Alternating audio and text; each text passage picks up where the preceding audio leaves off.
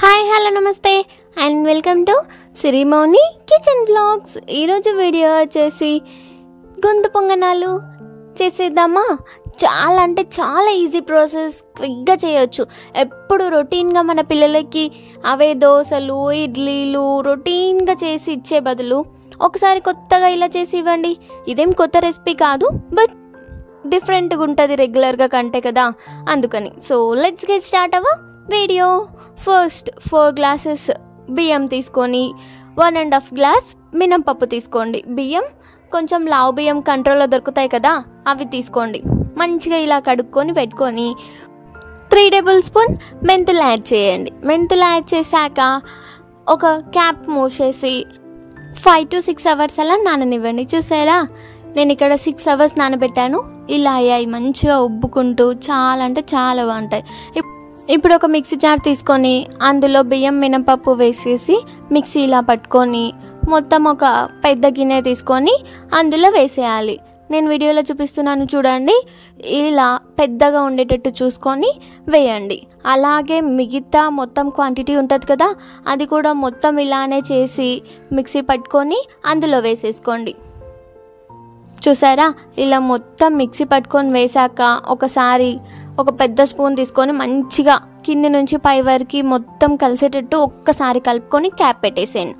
Cap తీసాక చూసారా, night అంతా అలా వదిలేస్తే ఇలా మంచిగా కాస్త పొంగుతుంది. ఆ తర్వాతకి ఇంకో చిన్న బౌల్ తీసుకొని అందులో మనకి ఎంత క్వాంటిటీ పిండి కావాలో అంత తీసుకొని అందులో కొంచెం ఉప్పు కొంచెం సోడా యాడ్ చేసి ఒకసారి బాగా కలుపుకొని కొన్ని ఉల్లిగడ్డలు కొన్ని పచ్చిమిర్చి అలాగే కరివేపాకు ఇలా చిన్నగా కట్ చేసి వేసుకోండి.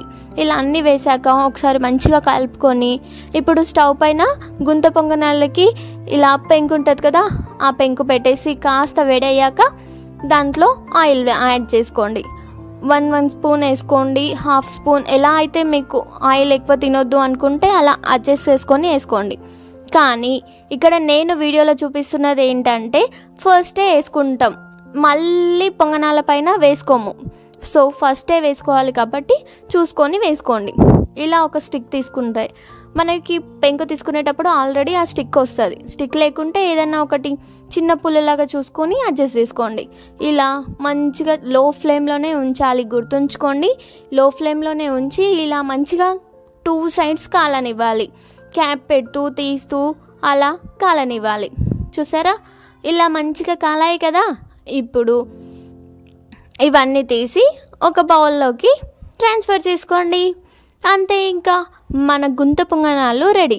ఇలాగే మిగతా పిండి అంతా సేమ్ ఆయిల్ వేసుకోండి, మళ్ళీ పిండి వేయండి, మళ్ళీ క్యాప్ పెట్టి ఇటు అటు మొత్తం మంచిగా కాలనివ్వండి. మనకి గుంత పొంగనాలు ఎంత రెడ్గా కాలితే అంత టేస్ట్ ఉంటుంది, గుర్తుంచుకోండి. మంచిగా కాల్చుకోండి, సూపర్ టేస్ట్ ఉంటుంది. సో బాగుంది కదా, వీడియో నచ్చిందా మీకు? సో చాలా అంటే చాలా ఈజీ ప్రాసెస్ ఉంది కదా. సో మీరు కూడా చేసేయండి, ఆలస్యం ఎందుకు మరి. సో చేసేసి ఎలా వచ్చిందో నాకు కామెంట్ సెక్షన్లో చెప్పేయండి మర్చిపోకుండా. So thank you for watching my video. For more videos please do like, share and subscribe to my channel Sirimoni Kitchen Vlogs. So మీకు మరిన్ని వీడియోస్ కావాలంటే నా ఛానల్ని మాత్రం తప్పకుండా సబ్స్క్రైబ్ చేయండి. అలాగే ఇప్పుడు మన యూట్యూబ్ ఛానల్ ఇన్స్టాగ్రామ్లో కూడా ఉంది కాబట్టి ఇన్స్టాగ్రామ్లో కూడా ఫాలో కొట్టేసేయండి. So thank you. ఇంకోటి ఏంటంటే, మీరు కొత్తగా చూస్తున్న వాళ్ళైతే ఒకసారి మన ఛానల్ని విజిట్ చేసి అన్ని వీడియోస్ని చూసేయండి.